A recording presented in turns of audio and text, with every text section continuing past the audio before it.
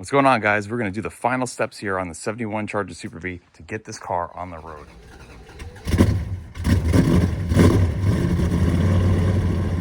We've got the fuel tank in it now. We pulled out the engine last week. We swapped out all the core plugs. We did a whole bunch of things all around this whole car. We've got this car running for the first time in 34 years. It's idling on its own. It moves under its own power. We've done a whole bunch of stuff, and now all we've got to do to finish it is get the 727 drained. We're going to replace the pan gasket. We're going to get a new transmission filter on there, hook up the fuel lines, a couple little things here and there. This car is pretty much ready to go on the road. I can't tell you guys how stoked I am. We are so close to getting this car on the road. In future episodes, we'll clean up these valve covers, make everything look pretty in here. Right now, it's all about function, baby. We just want this thing to get going, get it down the road, have a good time with it. So that's where we are right now. We're gonna open up the 727 and see what's going on inside. And yes, it's been 6 days since I got this glorious shiner out here doing the gas tank. So that's how we looking right now. As you guys see, there's a pretty good leak under here, and that's actually coming from where the Speedo cable goes into the side of the transmission. Right here, this is what I'm talking about. So we're gonna have to pull this thing off, and I'm gonna have to try and seal this thing up with a new O-ring and figure out what's causing the leak. It's probably just an O-ring that's not sealing properly, but we're gonna have to fix this to stop the leak. But you can see upper side here of the transmission where the shift linkage goes in, nice and dry. There's no leaks coming here from the cooler lines. The pan gasket seems to be halfway decent, but we're going to be replacing that because we're going to drop this whole pan, replace the filter inside of it. We can clean this pan up. And by dropping the pan, it'll also give us a partial flush. Obviously, there'll still be fluid in the torque converter. You're not going to get all the fluid out of the transmission, but it'll allow some of this kind of old purpley oxidized transmission fluid to come out of there, and we'll get some new fluid going into here as well. 1/2-inch bolt on here. And that holds that lock tab in. Up the Speedo cable.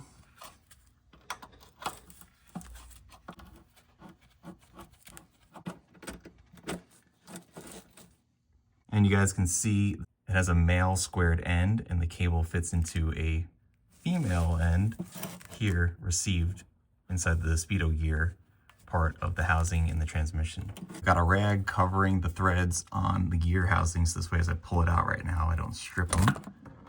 And there you can see it's come out. And it's probably just this little O-ring right here that needs to be replaced, and we should be sealed back up. But this is something we definitely need to do because that big leak was a pain in the butt, and it's gonna make a mess. And just to look while we're in here, that is the worm gear that the Speedo gear rides up against. And you can see on that shaft, that's where it gathers its speed to spin that little cable in there and give you your speed on your Speedo. Looks pretty clean inside there too. That's a good sign. So I cleaned up the housing along with all the other parts with the wire brush and some carb cleaner outside. There's one little seal in here that seals that little Speedo shaft that goes through it. I don't think that was the culprit. We're gonna take off this one right now and replace it.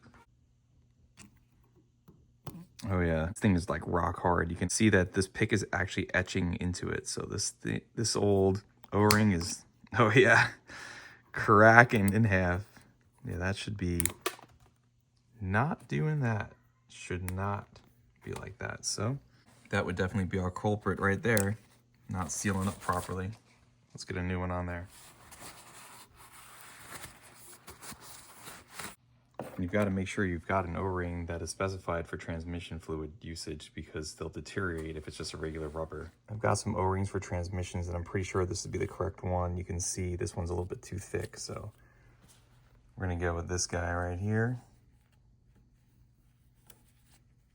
Just like that. And with the rest of our nicely cleaned up parts, we can go ahead and get our gear reinstalled. So this just slides right down into here. You can see that tight, snug fit.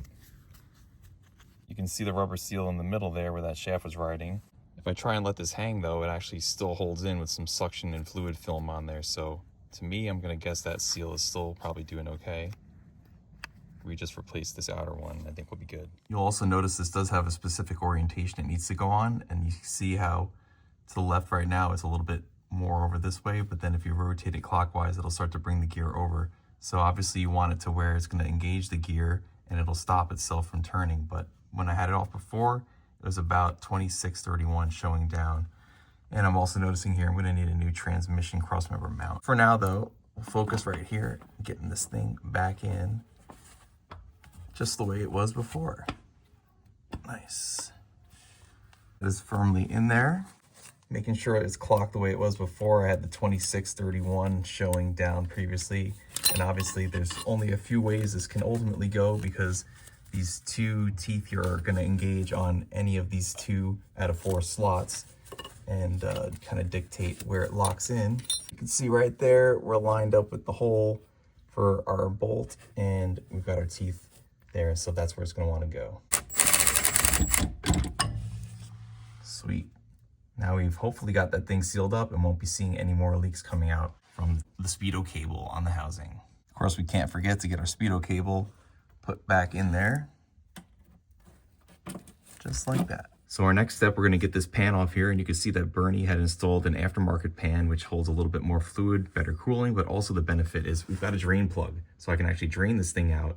Conversely, if it wasn't and it was a standard original pan, once you get this thing going, you pretty much got to pick one side to kind of let it tilt down and let it gush out, and you wind up getting a nice bath of ATF on yourself. So this actually helps out a whole lot to drain this thing out and not make so much of a mess. Let's drop this fluid.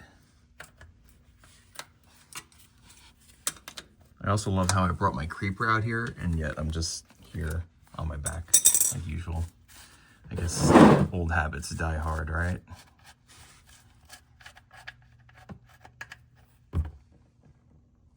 That's pretty dark. Definitely glad we're changing this. Been in there for way too long, guys. Looking like engine oil. Old transmission fluid right there. Deep purple. And let's start to get these pan bolts off.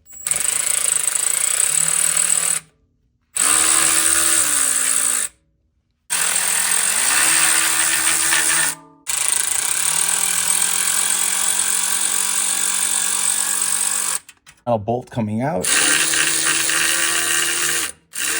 And the pan is just being held in there right now by contact force from the old gasket. Gently though, we don't want to gouge the mating surface where the gasket is going to be sitting and sealing against the transmission body. After some swift taps like this with my other hand, you can see we're getting it free right there. And like I said before, if we didn't have that drain plug right now, this thing would be dumping out all that fluid right now everywhere. So it's very handy.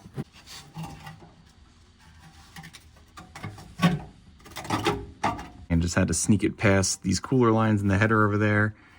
And you can see we are coming out.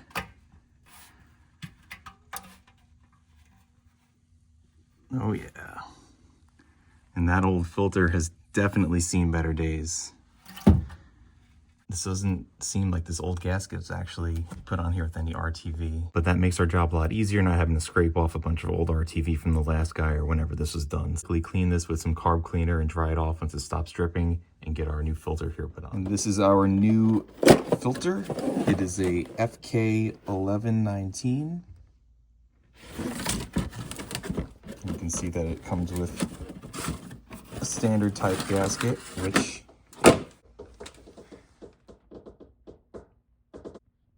actually looks like it comes with 2 gaskets.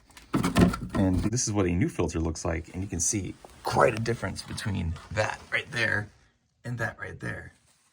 Hell yeah. There's also some old metal shavings in here and some sludge sitting over there. So we're gonna get this thing cleaned up.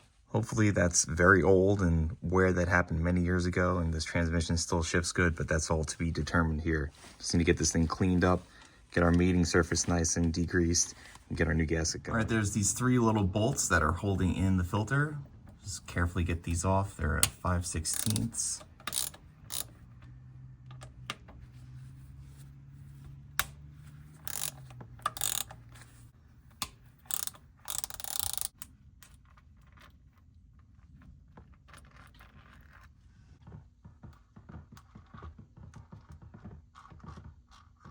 You see that this comes with a spacer that goes here because you've got the deeper pan, so it allows this filter to sit lower in the pan and pick it up. Normally that spacer isn't there. It would just have this filter meeting up right up against this body part of transmission, but that's what that is for. we get this off, the spacer should be coming with it. And we'll reuse that with the new gasket. But that right there is where it went in, and will get filtered with new fluid. I'm gonna give this thing a very good cleaning all the way around, because as you can see, this filter was absolutely atrocious. It was picking up all sorts of stuff, really dirty. So glad that we're getting this swapped out. Once again, guys, glad we are doing this new filter versus the old. Big, big difference right there. And we are getting our filter put back in. You can see a little gasket on top of the spacer. And we'll just go ahead and try not to lose all of our bolts back down there like that. Son of a bitch. Oh, that's annoying. This stupid little separator thing fell over. We have to get that thing stood back up and pass the bolt back through. After fighting that thing back together for what felt like an eternity, trying to trick those little studs into the middle and get that thing back the right way, we've got our new filter going on here, guys. And this will be doing us a whole lot more good than the old one, 1,000 times for sure.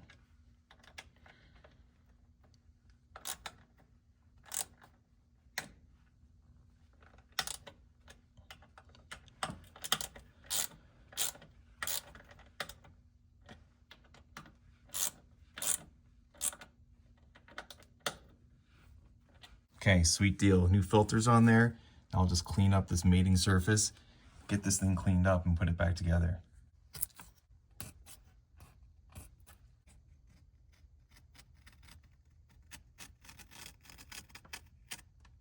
Nice. I'm gonna spray some parts cleaner on my rag and just getting this nice and cleaned up, degreased, and we'll get this new gasket on here going.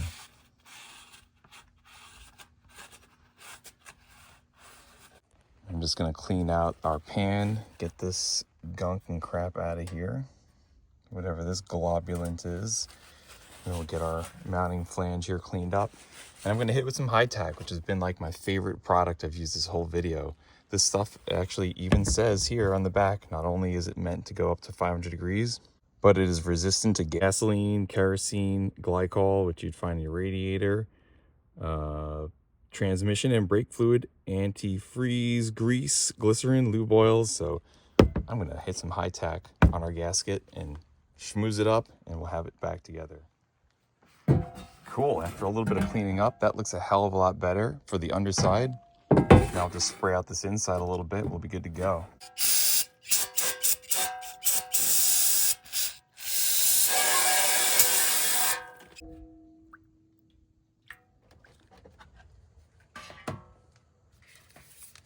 Bolts seem about the same, so mirror, mirror on the wall. I'm gonna go with the left one. Permatex. Oh man, app's getting glued in there. There we go. It's chilly tonight. Without my red sweatshirt that I had to toss out last episode, I'm out here freezing. Nonetheless, let's get this thing goobered up.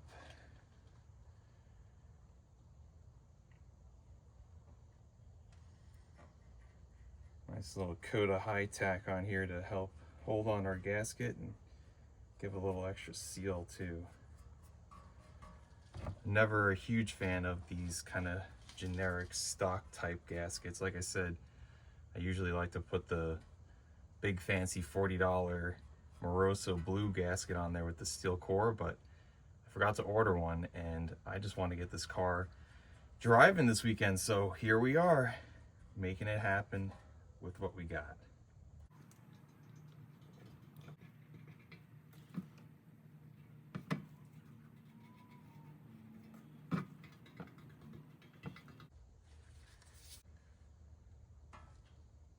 And secured on here.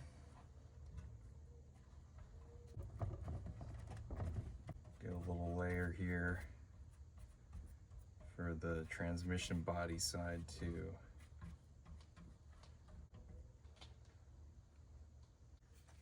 Okay guys, we are high tacked up, we are cleaned up. Let's go ahead and get this thing installed. Knew I was forgetting something. Let's go ahead and get our hardware sprayed off.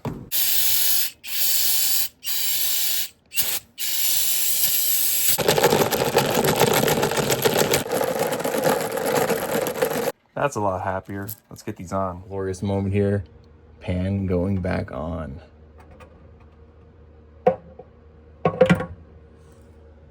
Sweet.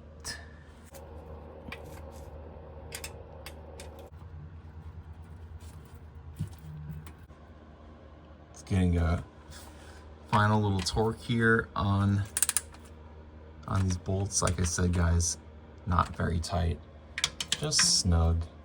Don't want to split that gasket. Even though it's not a cork one, it's a rubber. Still, we don't want to go too hard.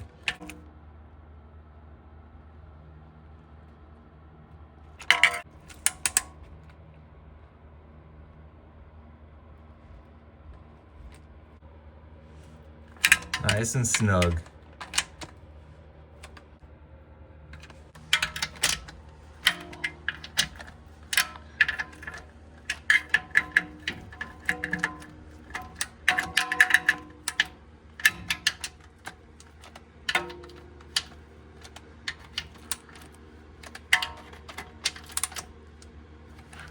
Sweet deal, guys. Transmission pan is back on there. We've got a new gasket. We've got a new filter. Right on. Last little piece of the puzzle here, our drain plug going back in. And we can put this one to bed. Hopefully the 727 is a lot happier now. At least it looks a little bit better. And we know it should be working cleaner, and we're gonna have a whole bunch of more fluid here. So go ahead and get a funnel and I'll fill this thing up with some new ATF4.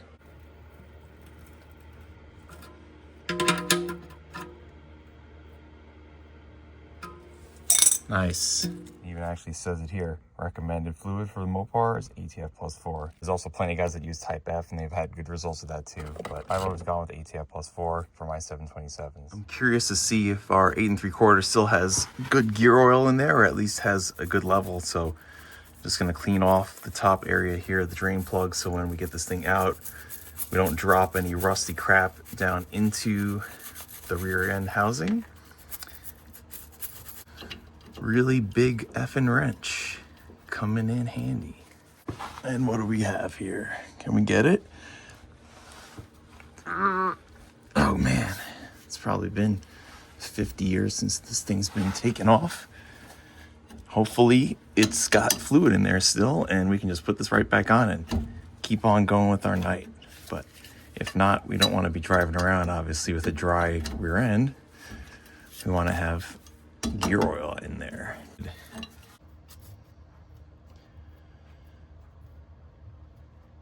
Drum roll. If it starts pouring out, you know that we are right at the level. And oh yeah, look at that.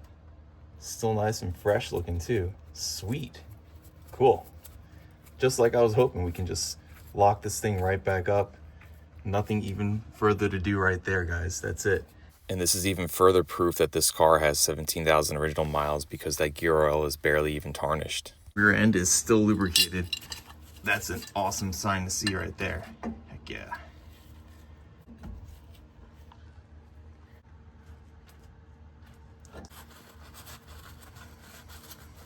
Guys, sweet deal. Rear end is good to go. Let's get this garage door shut. Get the car back on the ground. Push it in and fill the transmission. We won't get a full reading until we get the car up to temperature and actually put the vehicle in neutral. That's when you actually want to read your transmission dipstick. But for now, we'll at least get it topped off to where we can see a little bit on dipstick. And I don't know. Maybe we'll call it a night. Maybe we'll do a little bit more. We'll see.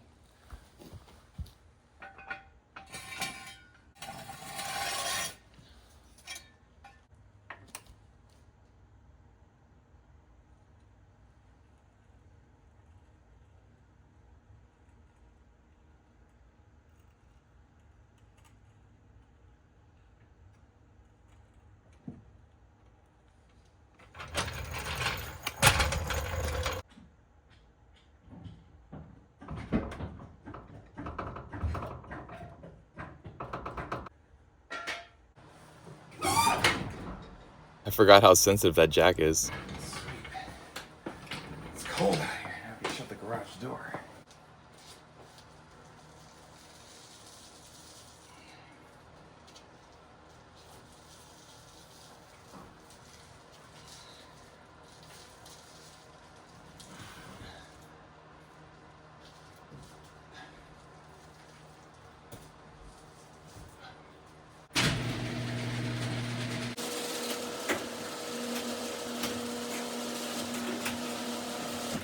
This thing right here is a relic. Back in 2015, I had a buddy named Tony in North Carolina do a 360 for my 71 Charger. And when he brought this car back, gigantic funnel in the transmission, and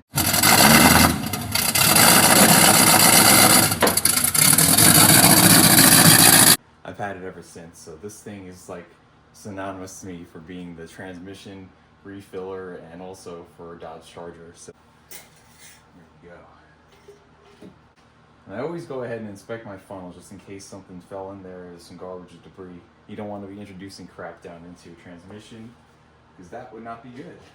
Let's start getting some new fluid in here.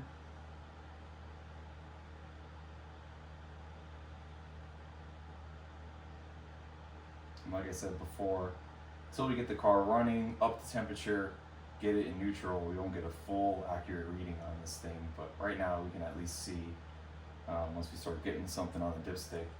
If you wind up overfilling it, the nice part about having that aftermarket pan is that it's got the drain plug, so we can go ahead and let a little bit out, because you want to have the right amount of fluid in your transmission. If you have too much, it can kind of overload the system and make it very sluggish, and obviously too little, you'll be slipping and it won't be performing the way it needs to either. So just got to get that level just right. As a matter of fact, I might wind up flushing it again because that old fluid in there is still going to be inside the torque converter right now.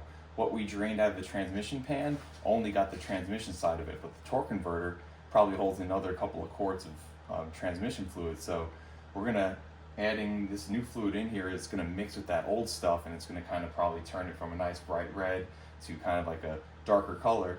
I might want to drain it out one more time and actually get a little bit more newer stuff in there. We'll kind of see how it goes and what I think. Right here on the dipstick, like I was saying, check when hot, idling, and in neutral. There you go, guys.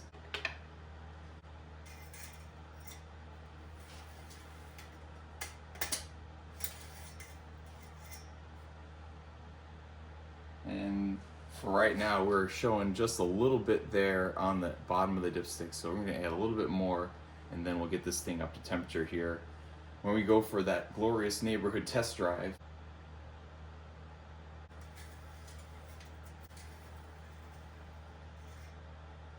see how after I just pulled this dipstick, how it's showing up way high on one side and then the other side down here. That's why you always check both sides. Sometimes you'll get an inaccurate reading. Think, oh my God, I filled this thing up way too much, but then you actually come to the other side and you'll notice if it's not matching like that on both sides, this is probably because there's fresh fluid that just went down that filler tube and this side of the dipstick was rubbing against that and kind of touched it and made it look like that. But right here, this is where you could see where we've got fluid showing. So I went ahead and just added a little bit more because I was feeling meticulous, and you can see it's right up to where the full line is right now. We filled this whole gallon plus this, so about a gallon and a third is what came out of that transmission. So that's how much we knew we had to replace. Once we get this thing running again here, get up to temp, we'll get a full final fill on this thing. So I hope this video was helpful to anyone working on their 727 and just a good update on where we are with the 71 Super B.